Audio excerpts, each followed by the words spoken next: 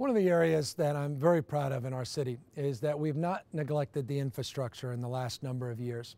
A lot of cities, frankly this country and state, have neglected their infrastructure, their roads, their bridges, their parks and playgrounds and libraries. But in San Francisco, a number of years ago, we initiated a very aggressive economic development strategy and capital program. That capital program now will be a godsend in terms of addressing the macroeconomic climate and challenges that we're facing. The capital program specifically is a $19.8 billion program that incorporates some of the most important initiatives the city can advance in terms of improving its wastewater and water facilities, its public transit, its airport, streets, its health and human service facilities, its recreation and park facilities, its port, and its criminal justice apparatus. That is the first time, and I think this is important, it's the first time we've had a capital plan in our city's history, and this was initiated just a couple of years ago by the Board of Supervisors in partnership with our office, the Supervisor Sean Ellsberg and Supervisor Michaela Alioto-Pierce, Supervisor Carmen Chu, and others that really wanted to push the bar in terms of organizing our capital needs in a thoughtful and a deliberative manner as opposed to a scattershot way as we were doing it in the past. Now let's talk about the past. In the last number of years before we've gotten to office, you saw that our general fund capital contribution was just flat at $12 million a year. That was it. $36 million over 3 years. When we got into office, we immediately bumped it up to $63 million, $69 million, and this last year, $71 million. This is important. People every single day are saying, well, what are you doing about the capital of the city? Well, I hope this slide gives you a sense, and maybe even this next slide gives you a sense of the contrast. First 3 years, $36 million before we got here. Next 3 years after we got here. And by the way, if you look at the 4 years in the last 4 budgets, it's actually $251 million versus what would otherwise be a $48 million figure. So hundreds of millions of dollars more of general fund, discretionary general fund, has gone into the capital program in the city. Here's an area where it needs it the most. How many of you are fed up with the potholes? How many of you are fed up with the quality of the streets? I certainly am. I get it. I understand it. I'm on those streets with you every single day, and I'm as frustrated as you are. Here's what happened. 1991, 1992, here was your funding total for streets. Here's what you actually needed in funding. This goes back to the early 90s. All these years, cumulative deficit, the big budget challenges of 2002, 2003. Look at the last few years. We finally are meeting our need in terms of capital investment. Here's the area where we've invested more than ever into our capital program. This street resurfacing that has gone on the last few years is highlighted here in red. These are all the streets in San Francisco that have been paved. I know at times it doesn't feel like it, but these are the streets. You can see in almost every district, in fact, in every district in the city, you'll see that streets have been paved. But there are a lot of streets that haven't been paved.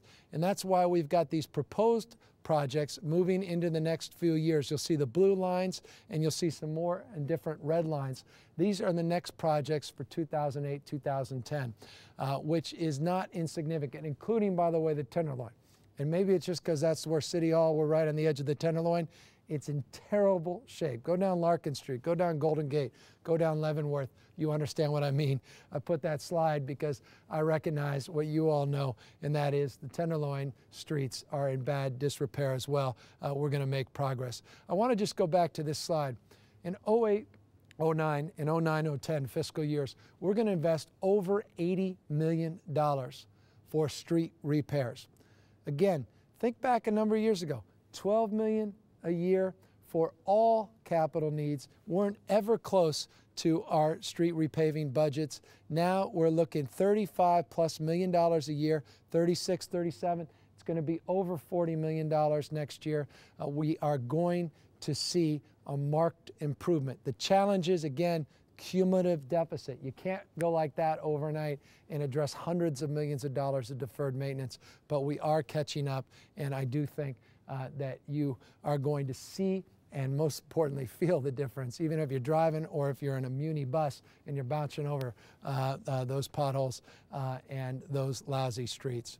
Another area that is a big part of our capital investment and focus is a $4.4 billion public utilities rebuild in the wastewater. This is a 167-mile gravity-fed system up at Hetchy in Yosemite. Thousands of miles that go, not just the 167 miles of pipe that come down from Hetchy, but thousands of miles of pipe that go in and around the bay. This is a system that needs to be upgraded. This is a system where we've put aside some $4.4 billion with the region to repave and improve. This is a system that's getting the attention it deserves. The next phase will be the wastewater portion of the system. Let me amplify what I mean by what we've done. $4.4 billion, multi-year. 15 projects have been completed. We've got 10 projects currently under construction and 60 projects that are in the design phase. As part of our economic stimulus, we've identified some $1.9 billion for a supplemental that we want to ship out on this PUC water upgrade. That would get us to $2.95 billion, 67% of what we call the WESIP program, which is this $4 billion program. WESIP representing Water Safety Improvement Program. So we're going to keep those projects going. It's in Sunol, Calaveras County, San Joaquin, other parts of the state. All are going to see the benefits of this investment, meet water quality requirements, improve seismic safety, most importantly, ensure delivery of a reliable system, and lessen the effects of drought. And remember, we are in a drought, and we need to deal with the realities and the adaptation challenges and concerns about global climate change, a reduced snowpack in the Sierras. This is a big part of that solution as well. Recycling, water recycling programs, another big part of this improvement. Progress as well has been made in housing. Now, I have a big section in the poverty discussion in the state of the city where you can hear more. But if you're going to talk economic development, one of the great economic development strategies and stimulus strategy is housing development. We created a program called 15-5 to develop 15,000 housing units in 5 years between 2005 and 2010, with about a third of them affordable. Here's the progress to date. We have already developed some 7,238 housing units that have been complete. This is the most aggressive housing expansion in our city's history. In fact, we have more than doubled what we've done in the last decade, more than tripled what we did in the previous decade. This is important to note. More housing's being built in our city than any other time in city's history, has been and currently is under construction. 7,500 housing units in addition to the 7,238 are under construction as we speak. We have also seen an aggressive amount of money invested in affordable housing, from $109 million to $223.7 million. So when I talk about housing and economic development, I mean housing for people at all income levels. Here's the affordable housing production, some 4,030 units of housing since 2004. Still a drop in the bucket compared to where we need to be, but a big part of the solution moving forward. Speaking of solutions moving forward, no more important area to invest and focus in than the issue of public housing and the terrible conditions of public housing in this city, for that matter, this state and this country. It is a disgrace what has happened. It's a disgrace that the federal government has abandoned their responsibility to the poorest people in our communities. And that is, in addition to our city, that is a condition that exists in almost every big city in America. In order to do something about it, instead of complaining about it, with a Hope 6 program that every year the Bush administration has in the last few years tried to line item out, where they only provided $94.5 million last year, our city put up $95 million, more than the entire Hope 6 program combined. All of the Hope 6 dollars in America combined, San Francisco decided to put up as much money, in fact more money, $500,000 more, to get the job done. We're going to start, we call it Hope SF, not Hope 6. We're going to start in the summer, fall of next year. It's taken a while to rebuild the 267 housing units that exist at Hunter View and make it 750 plus new units of housing, mixed income housing at the Hunters View site. This is also part of an economic investment, economic development strategy. We have 5 other housing sites that are part of this, Potrero and Sunnydale, other parts of the Western Addition. We have a lot of work to do, $260 million of deferred maintenance. Maybe our new president will help us on this, but in the interim, we're going to take responsibility and get moving. Speaking of responsibility, we've taken it. We initiated Proposition G, Thank you to Michael Cohen. There's just the best of the best economic development director.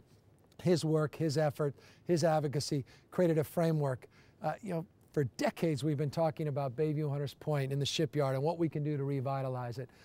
This is really, if I look back at the 4 years that I've had in office, particularly just frankly the last 6 months of this year in 2008, one of the things I'm most proud of is passing Proposition G, which rezones that entire area in the southeast sector for 10,000 housing units, 2 million square feet of R&D space for green tech business, 400 acres of open space and parks, 700,000 square feet of retail space, arts district to capture the arts community and allow them to continue to thrive in the southeast sector.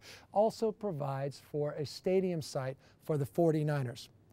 And I want to underscore this. Everything the 49ers have asked us to do, we have done. We needed to rezone the land, the site, we've done that. We needed to create conditions where we could build a public-private partnership. We have identified the private partner in Lennar in order to create the conditions that provide for a $100 million partnership between that private entity and the 49ers. And most importantly, we needed money to clean up the shipyard and clean up the site to remove the toxics. Take a look at this slide. $340 million just in the last few years between '04 and '08. That's more than all the other shipyards in America combined. Money that's coming in to clean up this shipyard so that we can deal with the asthma rates, the breast cancer rates, the cervical cancer rates, the prostate cancer rates, to deal with the environmental injustice that exists in the southeast sector once and for all. How about this year? $76.3 million in this climate was secured by Speaker Nancy Pelosi, Dianne Feinstein, and others. I couldn't be more proud. Evo Toole, our extraordinary, outstanding lobbyist, helping us secure those dollars representing our city. Look at that chart. More than any other time in our city's history. That was something else that is a predicate to developing this site. You can't do it without cleanup. Money's there. We fully funded that program in the last 2 years, and we fully funded it for the next year. We have an opportunity to deliver not just on the promises for the people of the southeast sector and those 10,000 housing units and those parks and open space and retail and recreational opportunities, but also a new stadium for the 49ers. And we're looking forward to engaging in a positive dialogue with the 49ers in the next calendar year. In addition to southeast sector of Bayview Hunters Point, how about the Mission Bay area? Already 900,000 square feet of biotech space has been built up. 1.3 million square feet is in active development. 6 million square feet has already been zoned for biotech. Residential units, 2,175 completely done, and we've got 1,270 under development. Remember, once you hit 3,600, that triggers the ability to put a new school in the Mission Bay area, the science and tech school I talked about in the education section of the state of the city. New parks, new playgrounds in and around the Mission Bay area, which I think are an envy for any urban area in America. Take a look when you get down there. Here's the new buildings that are going up, the Gladstone Institute and some of the other developments in and around the area, and the new Stem Cell Institute in here, Pac Bell, AT&T Park in here. But you're going to see all this built out. You're going to see this area all built out very soon. This is where our science and tech school will ultimately go. Again, talk about economic development. Old rail yards, old shipyard in Candlestick Point area, old rail yards here in Mission Bay, all being converted, all being revitalized, recaptured. Here's some schematics. The 3rd Street light rail right here, that 5.1 mile system that goes from the ballpark down to Cal Palace area. Here's the number of biotech companies. Here's a big part of the story and success of San Francisco. When we started, we had one biotech company. It was really a medical device company, Hofer. We loved them. We called them biotech because we needed to lay claim to having at least one biotech company. Look how many we have now. 46 biotech companies. Pfizer just announced their Bioinnovation Biotherapeutic Center moving into the city and county of San Francisco. Did a tax credit, put together a team, dealt with parking issues, permitting issues, perception issues, and we've created an economic stimulus that has helped build out that Mission Bay area. I couldn't be more proud of this and the team of folks around us that have fought hard and moved aggressively to make all of this real and to make this happen. And I really think the best is yet to come in terms of that biotech cluster. Trans Bay Terminal.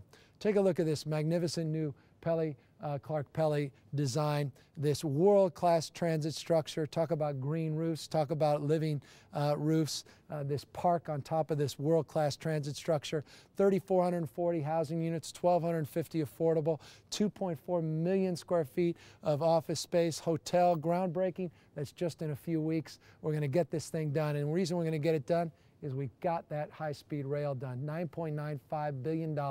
Thank you to the leadership of former Senator Quentin Kopp, now Judge Kopp, and others. You can get down to LA in 2.5 hours, $55 each way. You don't have to wait in line at an airport. You don't have to sit there in your car. You now have an opportunity to get on a world-class system that will, I think, create an anchor to San Francisco's economic future by creating an alternative to expanding airport runways, an alternative to expanding freeways, more congestion, more pollution, more frustration, more delay.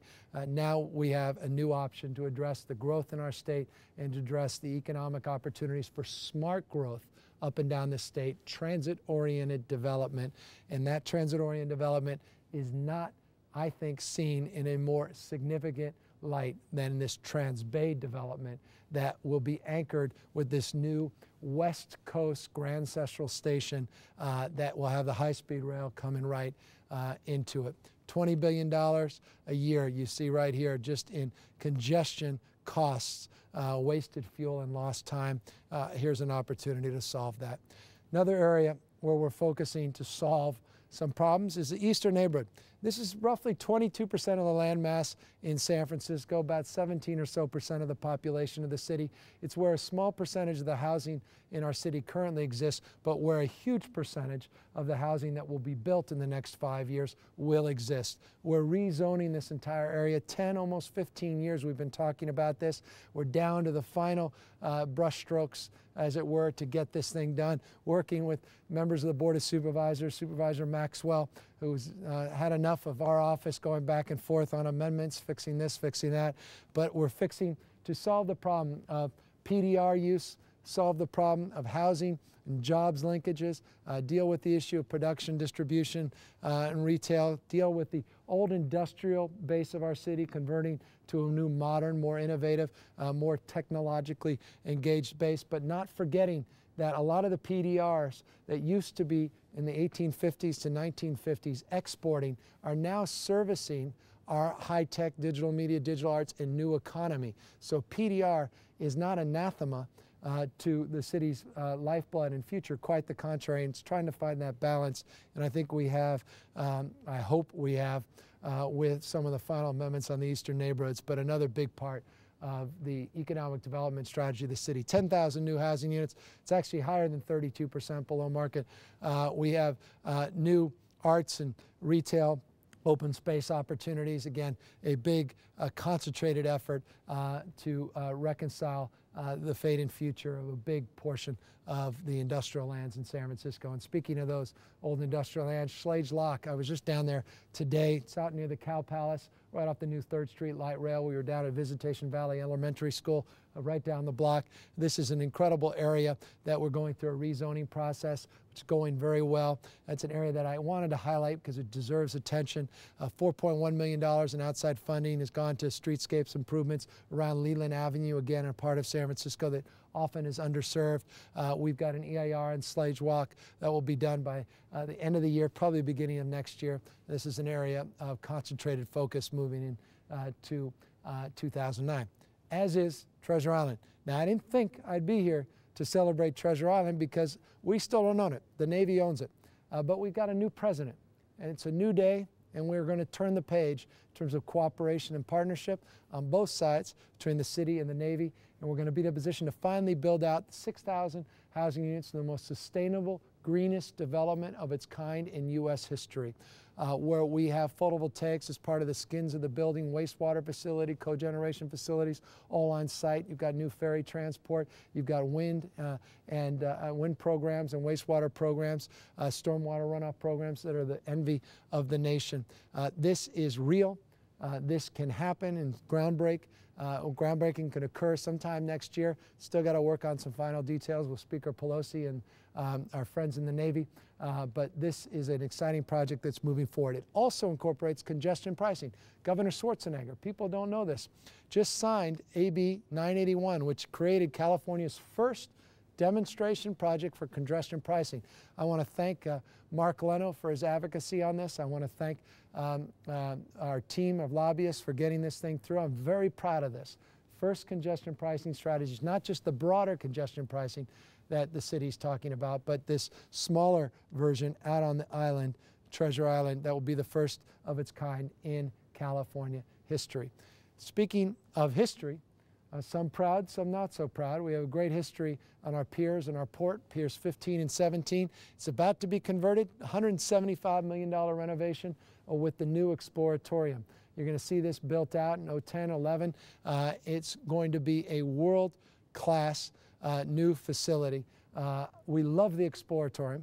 The Exploratorium offers so much already. Imagine it being moved from Palace of Fine Arts area right down to the waterfront. This is a world-class facility, and it's taking shape. It is part of the economic renaissance of our port and pier. In addition to that, we have Piers 27 and 32, which includes a new cruise ship terminal, which we want to build out. This has been delayed, but we want to get it done. We're going to build out that new cruise ship terminal. We've got all kinds of opportunities to do that, new construction jobs, including building out the area right in front of the watermark, lot 330. It's a seawall lot right across from Piers 3032, which is an area that we want to build more housing and we want to finally develop that's currently a parking lot, and that's going out in just the next couple months. So this year, 2009, mark my word, you're going to see a lot of progress, finally, mark my word, on Piers 27, 29, 30, 32. It has been a long time coming. We have not seen a lot of progress, but we're going to see it once and for all. Another area we're going to see some progress is seawall lot 337, all this technocratic babble, but this is the area right in front of just to the south of the AT&T ballpark. It's that parking lot area. We want to convert it to more housing. You can see the range of new housing units that will come up. We have developers that were supposed to respond by November 13th, actually has been delayed a little bit. All these developers were competing against each other. Now they're all coming together, and they're going to submit a new bid that will achieve the retail component, the office space component, the green requirements, again, the sustainability requirements. Here's the ballpark now. You can see it's the area just over the bridge there. That's the current parking lot. And you can see some of the designs, the green building designs that include green roofs, the entertainment venues, the open space, the McCovey Cove open space, etc. Some density, housing, office. This is another exciting project to look forward to into 2010. Another one is Pier 70. People of San Francisco just supported Proposition D. I want to thank Monique Moyer for helping put this on the ballot with Sophie Maxwell. This allows us to revitalize 65-acre brownfield site, which is an historic site in San Francisco. It's more than just a pier in the traditional sense. This is a huge part of our city right in this area. It's one of the most historic areas because it's where a lot of the ship repair was done in the city and where a lot of ship repair can continue to be done. We're going to do solicitations for the site in the spring of 2009. We're talking about thousands and thousands of new jobs. Finally, again, 2009 promises to be a good one in terms of Pier 70 with the support of the voters and Prop D. I said that ship repair hasn't gone away. Well, not completely. Most of it has, but not all of it. We just did a $5 million investment. I announced it 2 years ago.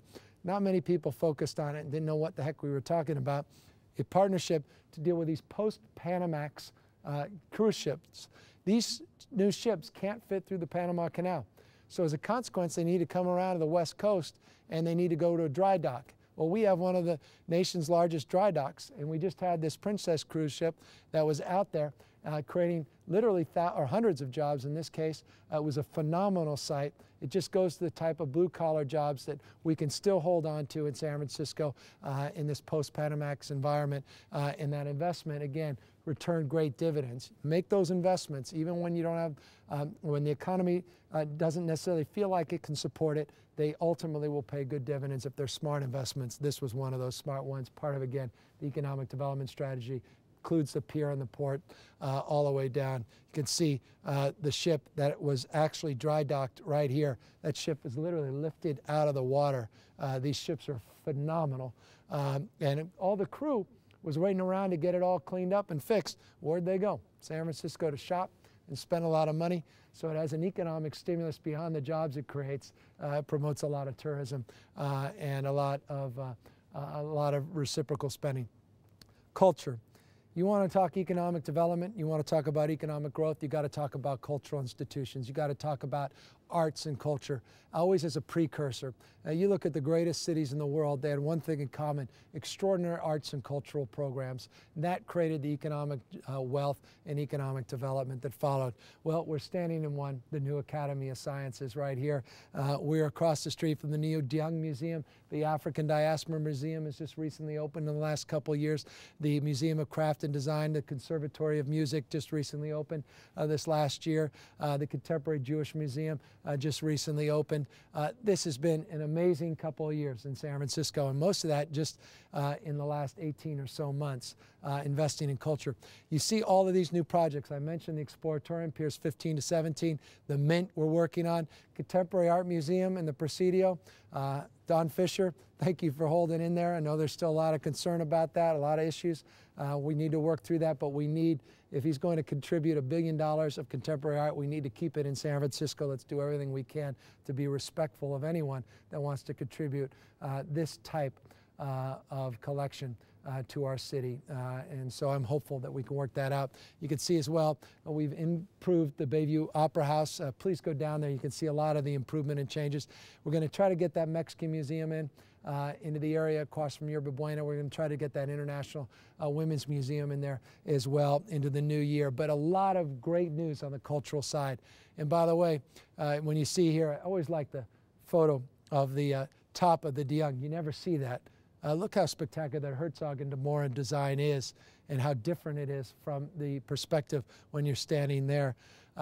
You have the Contemporary Jewish Museum, Daniel Lipskin, another world-class architect that just finished that contemporary component and then connected it with the more historic component in the brick facade right there in Yerba Buena Garden. And hopefully we'll have the Mexican Museum in here and the Women's Museum to anchor the Craft and Arts Museum and that African Diaspora and the African Diaspora Museum. Here's the Academy of Sciences. We're right in there, the green roof, 2.5-acre living green roof. Renzo Piano designed. Love the way Renzo described this building. He said, I literally am going to lift Golden Gate Park up, put a building underneath it, put the park right back down on the building. It's kind of what he's done here. There's the park on top of the building. He just lifted it, placed it right back down on top. What an extraordinary building, LEED Platinum, world class, just given our city a boost at a time when we needed the boost, and a big reason why I'm optimistic about our city's future. We even did something, you know, the Bill O'Reillys of the world and others that always talk about secular this, secular that. Well, this is the city of St. Francis. That's our namesake, San Francisco. This is a city with probably as much or more faith-based organizations delivering social services than any city in America. You think about our homeless delivery system. You think about Episcopal Community Services and St. Vincent de Paul and Glide Memorial Church and St. Anthony's Dining Room. We do as much or more than anybody in terms of faith-based approach, but we do it in a way that doesn't promote one religion over another. But one thing we've also done is connected to our proud past as it relates to a city of St. Francis that cares in the context of its values, cares about the poor and the least among us. Angela Alioto did a remarkable thing and raised the money to put the Porzuncula here in San Francisco and North Beach, and just completed it. And it's a cultural icon. It deserved some consideration, and it deserves some identity. And it's something that, again, people of all denominations should come and enjoy. And it's one of the reasons I'm very proud of my city, and proud that regardless of the rhetoric of the far right in this country likes to bemoan and sort of bloviate about our city, that this city stands apart. And I think it's these kinds of commitments, this kinds of investment, this kind of philanthropy that sets us apart. In addition to having all of these wonderful cultural institutions and places to go, we need a way to get there. And that's why we created the 74X, this new cultural bus. I'm not sure if it's going to be a success. It's underutilized to date. It's a pilot. We'll see if it can get more riders, but it's a wonderful idea to connect the Asian Art Museum and the Civic Center with the De Young Museum and the Conservatory of Flowers, the Stribing Arboretum, not just the Academy of Sciences, but also MoMA and others. And it's an idea that I think will also enhance the visitorship and enhance the experience and ultimately our economic development. Neighborhoods. We are sitting in neighborhoods. I say this all the time. You can't deal with the city of San Francisco in the context of looking just downtown. You got to look at what makes the city special, and that's the anchor, which are its neighborhoods. We talked about Schlage Lock. We talked about the eastern neighborhoods. We talked about the transit center, the Transbay Terminal, Bayview, Hunters Point, Treasure Island, Japantown, Balboa Park, Glen Park. All of these areas we've invested an enormous amount of money, millions of dollars in these better neighborhood plans to get the community engaged in designing and defining what makes their community special and unique. And I'm really proud of that. When we talk about economic development, it's about professionalizing the planning department, professionalizing the public process, and we are doing that now in serious ways. And that's through this better neighborhood planning process. We completed the Rincon effort. We completed the Market Octavia effort. You can see the Rincon includes 2,200 housing units and all these public improvements. Market Octavia, 6,000 housing units and $85 million of infrastructure improvements.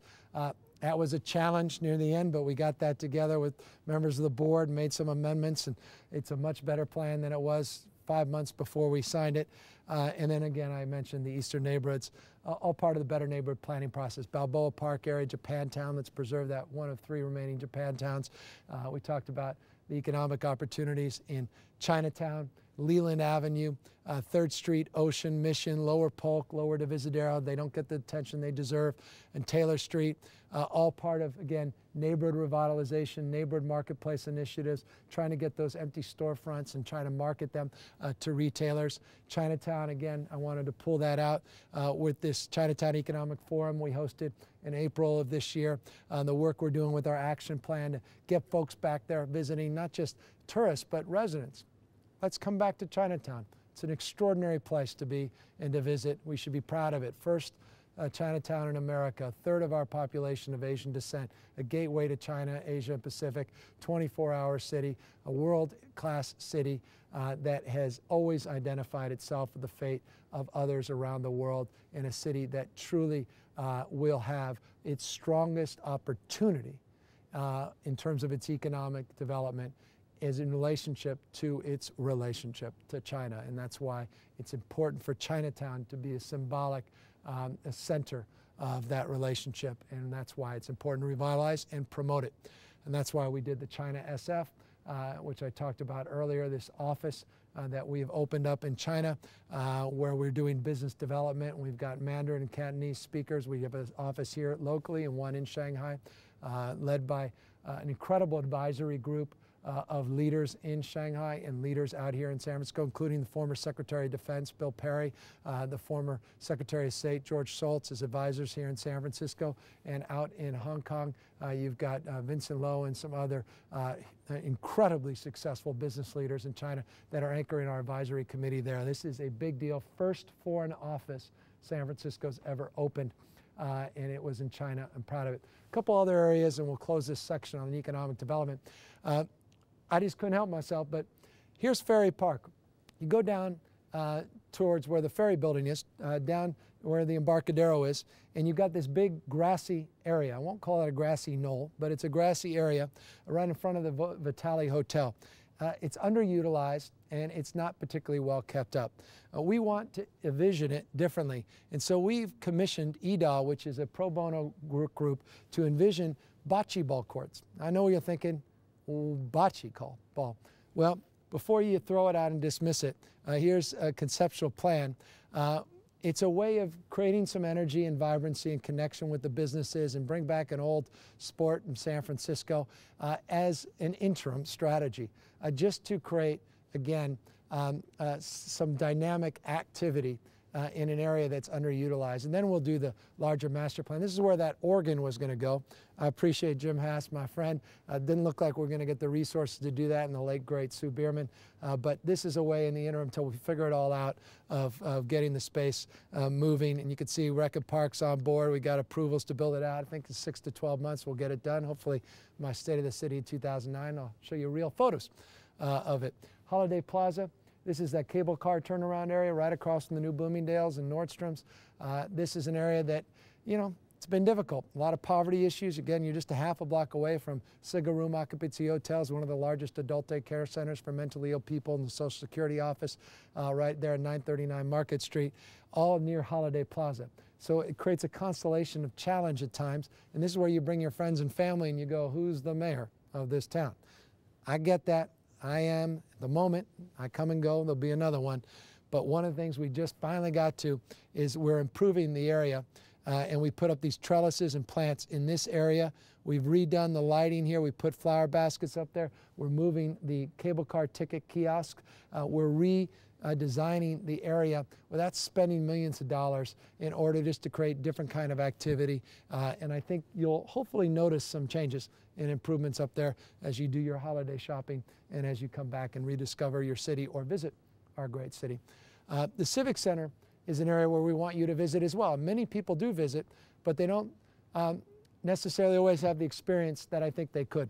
We want to demonstrate the world's latest cutting-edge technologies in terms of environmental stewardship and design by creating a civic center that connects to a whole different narrative of activity, where we're doing Wi-Fi, where we've got outdoor filming, where we have water features and artistic components, where we incorporate the latest technology in wind generation and solar programming, where we reduce wastewater and we reduce water consumption, we reduce energy consumption. Working with the Clinton Foundation, we've built this partnership, and we're going to roll this out into the new year. And we think this is really one of the most exciting and dynamic civic centers that will exist anywhere in the world. We've got this magnificent design. It's something of a preview in terms of economic development moving into the new year. A couple more, Ocean Beach. Let's not forget Ocean Beach. It's one of the longest continuous beaches in any city in America.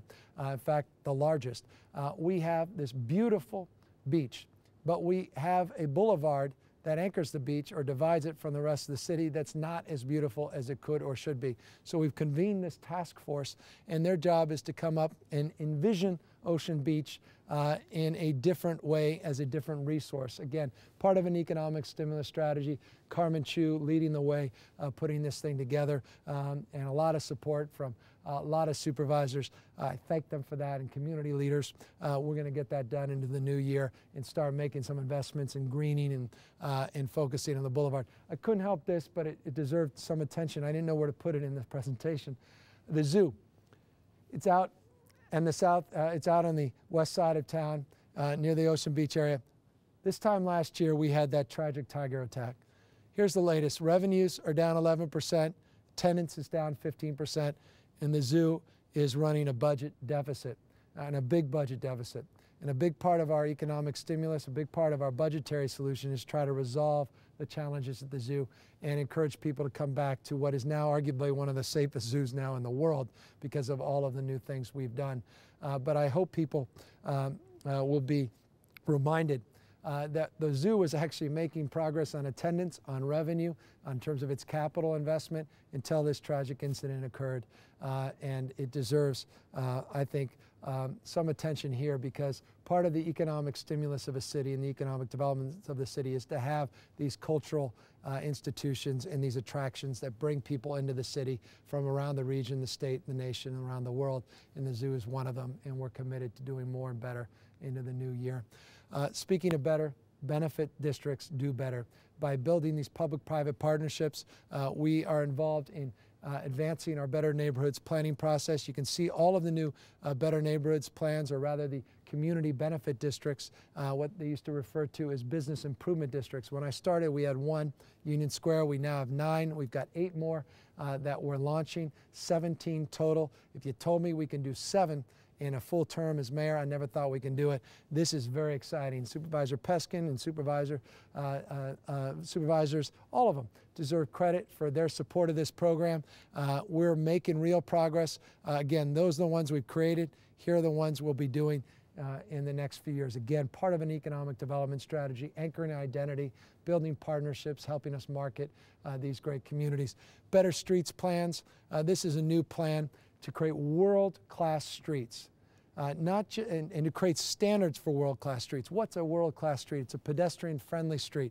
It's a street that has a lot of open space, even a street with open space, meaning it has bulb outs, a street that may have places to sit, a street that has beautiful trees, maybe historic lighting, that has awnings that create a sense of identity and place and artistic components. We put together a whole new plan on Better Streets. We announced it in 2008. It's one of the things I'm very proud of. In 2008, will pay great dividends for years and years to come, as will our greening initiatives.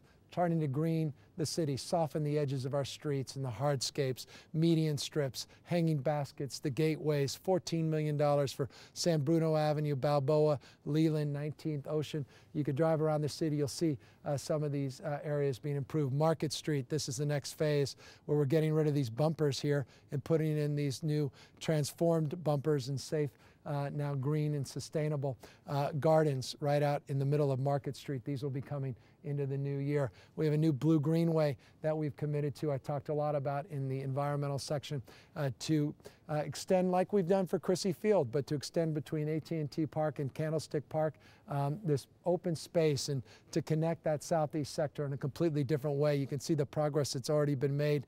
I encourage you again in the environmental section of this presentation to learn more about the Blue Greenway, but how it's also part not just of an environmental strategy, but an economic development strategy.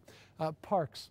I'm very proud of this. The money we put into parks, general fund money that's been put into parks, we've more than doubled the annual appropriation put into the general fund of the parks. Really one of the great stories that I don't know has been written that much is the fact that we've completed 90 parks programs in this city. Here's a list of 45 or so of them. Here's a list of the other 45, completely brand new, using the Prop A $110 million parks bond, and now using the new $185 million parks bond that just passed. Economic development, anchoring fate and future of communities by anchoring open space and recreational opportunities and activity. We've got all these new active parks we're working on, all part of the next year or two of investment into our diverse communities. A big, big part of the narrative success, I would argue, in the last few years in our city. Salvo Pool finally being done out there on the west side of town for Supervisor Ellsburn and Supervisor Chu and others. It couldn't happen soon enough. You've got this incredible public-private partnership with the Fisher family. And let me thank the Fisher family for their contribution. They have committed $40 million in private investment to the city's $20 million to do new play fields. Go to Garfield Park, go to Silver Terrace, go to Crocker Amazon, go down to Franklin Square and go to South Sunset Playground. Look at how these new play fields have transformed neighborhoods. Garfield, you wouldn't even be caught, well, you wouldn't want to be out there late at night.